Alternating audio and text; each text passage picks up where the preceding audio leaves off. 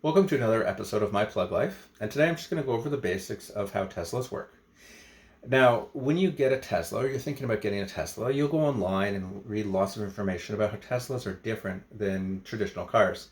And it is very true. They have a lot of functions and abilities that are user created as well. People have submitted information that they wanted to add to the car, and it's changed the car from what it was until now what it is. And it is way better than it originally was. Now, like I said, there might be a lot of information out there and the information changes. There may be some misinformation out there. So let's just go over the basics of the car, just so that way you know what you're getting into when you first take delivery. So just the minimum to open the car, the doors. There's different Teslas that have different ways of getting in. Now on the 3 and the Y, the handles are flush with the body. You just have to press on the larger part and it pivots out. And now you can open this with one hand or two. It's personally up to you. People use different ways. It's all good.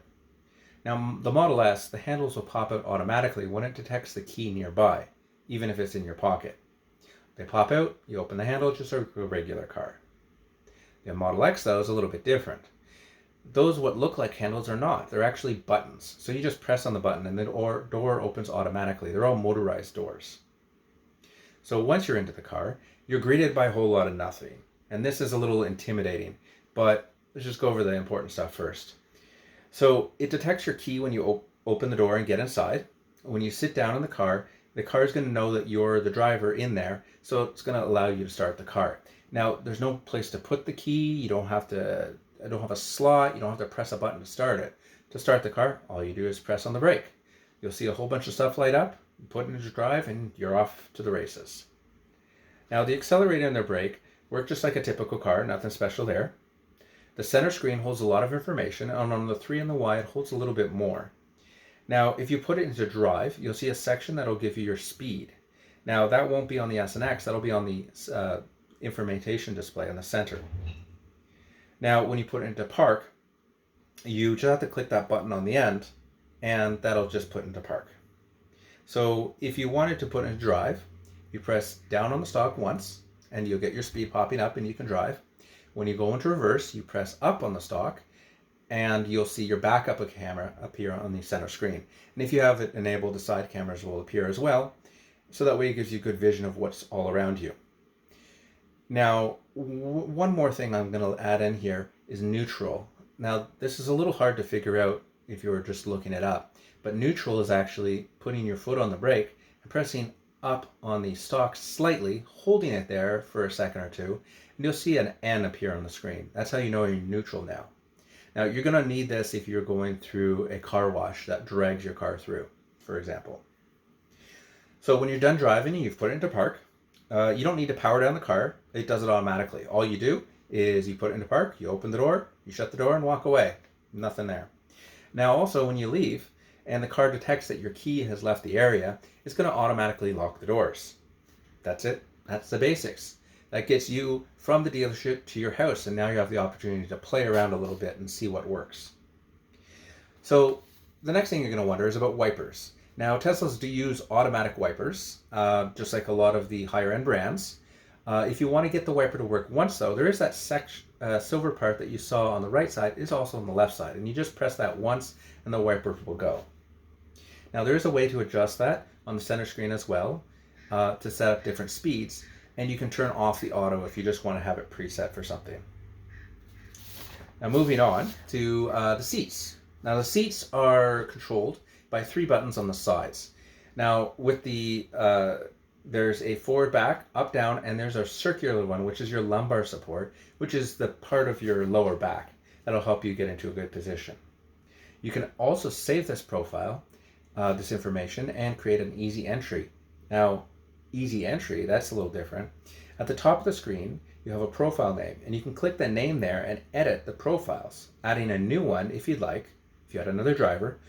And you can also add easy entry, and you can set that up as well. Now, easy entry is a seat setting that is default when you're not in the car. So for example, you come into the car and sit down, it's going to be an easy entry until you press your foot on the brake, then it'll move up to your position, adjusting the steering wheel, seat, and side mirrors, plus a few other little things in the back end that we won't really worry about. Now, in addition to the seat settings, like I said, you can set your mirrors and steering wheel settings. To do that, you click on the profile and you click on the steering wheel and mirror adjustments, and they'll move in and out, back and forth, what have you, with the scroll wheel buttons on your steering wheel. Once you have it set the way you want, you click Save. Now, for the front and rear trunk, on the center screen, while it's in park, it allows you to unlock either the trunk or the front trunk, but you can also unlock them from the key fob if you have one. Now, the Model 3 and Y don't come with one standard. You can buy one extra, but it's not necessary. You don't really need it. It's up to you. You just, on that key fob, you click the spot that you want to lock or unlock, and it just looks like a little model car. So it's pretty easy to tell where to go. Now, additionally, you can do these functions with your phone as well, going through the app. And you can even do these when you're not near the car if you have your phone. So for radio music, you have it on the bottom there. You just click the music button and you can see your music. There are 4 heights and you can set them to music on, off, just title, shortcuts, and full screen. You can also scroll through the types of music you want to listen to, the radio, tuner, cell phone music if connected, and if you have premium connectivity, you can all listen to Slacker and Spotify through here. Now, if you go into other keys in your options menu, you can either add a new key card for Model 3 or a key fob for the 3 or the Y as well. Also, if you have one connected, you can choose your car recognize that particular one so that when you walk up to the car, it recognizes that profile and sets it so that way your seat and your mirrors are adjusted for you with that particular key. So if you had one key per person, it would know which one is entering the car. This is a great option if it's not just you driving. And now lastly, Autopilot. Autopilot on the S and X is a little different than the 3 and a Y. S and X, there's a little third on the right hand side stalk that you double click towards you or single click. And you can adjust the follow distance with that as well. Now, on the 3 and the Y, it's with the drive stalk, so as you'd be putting it to drive. You just press it down once or down twice. Now when you click them once, you've set cruise control. Now this is an adaptive cruise control that follows the distance of the car in front of you and slows down with them. It'll also follow the posted speed limit, and it will not do any steering. So it's just like a standard cruise control that you'd have with a regular car. But if you click it twice, now you're into Autopilot. Now Autopilot will also do steering. So this is a driver assistance. This is up to you, just like cruise control, to take control of the situation. And it is your responsibility to make sure everything's working okay. That sounds like a lot of issues and a lot of potentials for problems, but in my experience, after a couple of years of using it, it doesn't happen very often. But if it does, you're going to need to know how to handle it.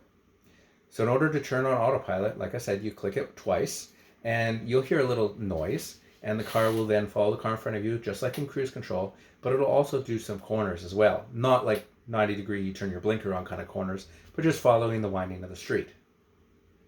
Now, if you have full self-driving, you get a few other options, which are a little more complicated, like navigate on Autopilot, which will take exits on the highway, and it'll eventually lead into full self-driving.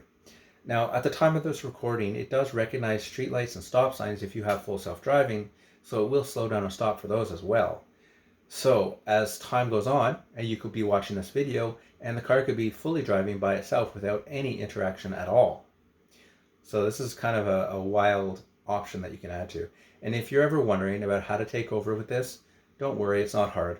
There's a few ways to cancel it, and that is either tapping on the brake, you don't have to slam on it, moving the steering wheel, it'll be a little tension there as you do it, and once you overcome that tension, you'll be back to driving, but it'll have cruise control on still. So anyways, that concludes just hopefully the basics for you. Allows you to get a basic understanding of what's going on here. What I would recommend is when you get it home, spend some time, click some buttons. You're not going to break anything. You can change stuff the way you like it. And people that have even owned these vehicles for years are finding out new ways or new things that have been added to the vehicle over time, which certainly changes the experience. This is not a typical car in that it does change. And a lot of the information that has been added to the car to change it has actually been user submitted. So you might hear about that, and that's an interesting another topic. But anyways, thank you very much for changing your life now into your plug life, and I'll see you on the next video.